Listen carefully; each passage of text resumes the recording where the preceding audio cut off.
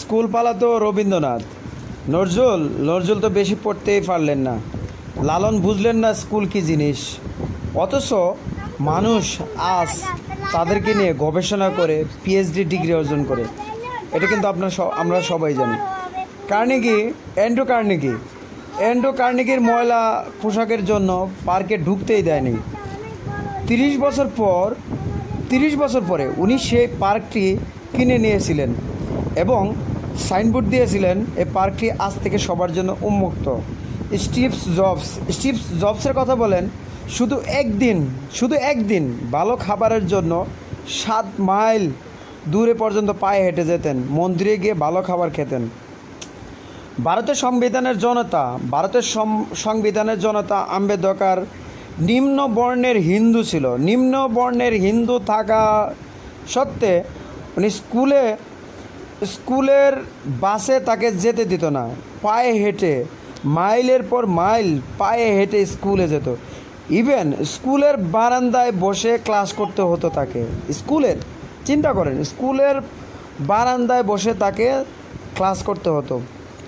মাইলের পর মাইল পায়ে হেঁটে পরীক্ষা দিতে হতো তাকে। মাইলের পর মাইল, চিন্তা করে দেখেন, মাইলের পর মাইল পায়ে হেঁটে তাকে পরীক্ষা দিতে হতো।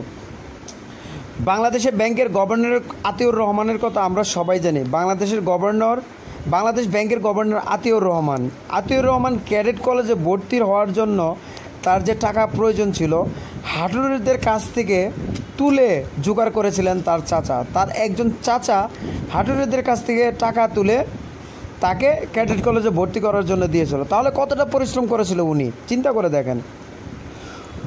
গরু না থাকার জন্য গভর্নর আতিউর রহমানের গরু না থাকার কারণে তিনি নিজে লাঙ্গল দিয়ে হাল বেতেন, হাল চুয়াতেন।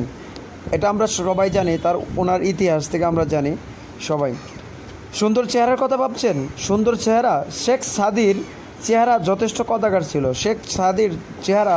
যথেষ্ট কদাকার ছিল, ওনার চেহারা ভালো ছিল না। লতা মঙ্গেশকরের কথা বলছেন, লতা মঙ্গেশকর চেহারা মোটেই সুশ্রী ছিল না।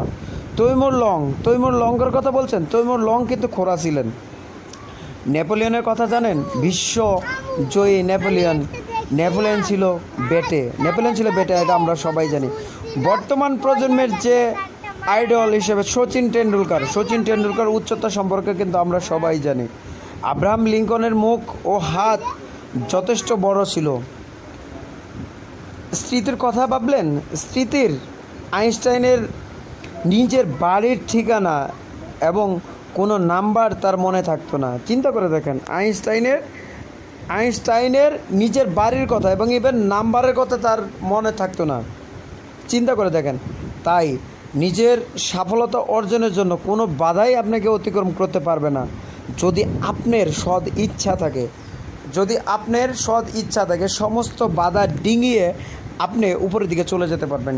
এটা আপনার একটা সৎ ইচ্ছা থাকবে। তো কোনো বাধা বিপত্তি বলেন, দুনিয়াতে কোনো বাধা বিপত্তি আপনাকে প্রতিহত করতে পারবে না। যদি আপনার সৎ ইচ্ছা, সৎ মনোভাব থাকে, আপনি অবশ্যই উপরের দিকে যেতে পারবেন। তাই সৎ ইচ্ছা পোষণ করেন, সৎ থাকেন, সৎভাবে জীবনযাপন করবেন, সৎভাবে পরিচালনা করবেন, দেখবেন একদিন সফলতা অবশ্যই আসবে। আসসালামু আলাইকুম।